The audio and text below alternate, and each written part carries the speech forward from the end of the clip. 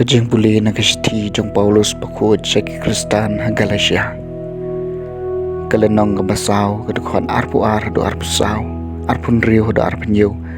matlay puway khot kalenong basan kadukhat kabanengkong. Go para latho bo Abraham muladon arngut ki khun sinrang kuway nakamara wat way pan nakabalay luod. Henry yaw khun jong kamraw lakha kat kum kado yaw khun jong balay luod pan nakajingkular kani kalong kaparshi kini ki arngot ki kenthei kilong ki ar tali ki jutang kawai kalong naulum sinai kabakhai ki khun nakabanta ka jinglong mraw kani kadei kahagar Henry ke Jerusalem ke bahaneng kalong kabalay luod mat kalong ka kamijungi nabala tho dokumen pa kabalangki kabom khakun tokang batu pertajam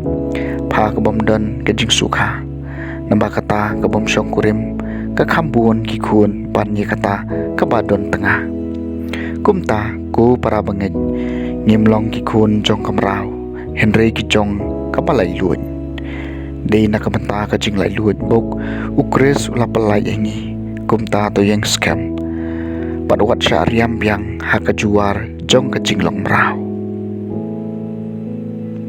kaketien jong utrai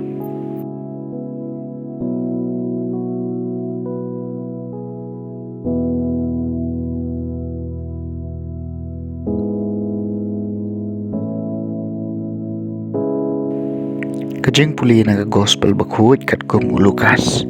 kalenong nga bakadway kadukhat ar pukanday adu lai pu ar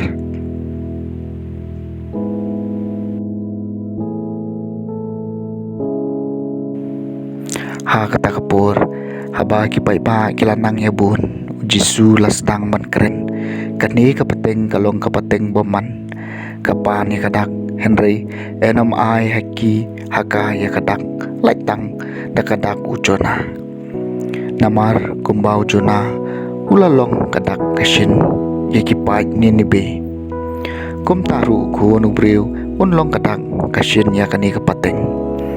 hakas ngi bishar kas iem kabana syati kan sayang bat kibriu jong kani kapateng batkan penramiki nama kalawan nakabakut kapertei ban sngam e kajing start jong Solomon man akmi angni udon way wakam karau ban yu Solomon ha kata ha kasngi bishar kinong ni be kin sayang bat kani kapateng bakin penramika naba kilakala kabamut tang syus ngawe kajing yalam ujona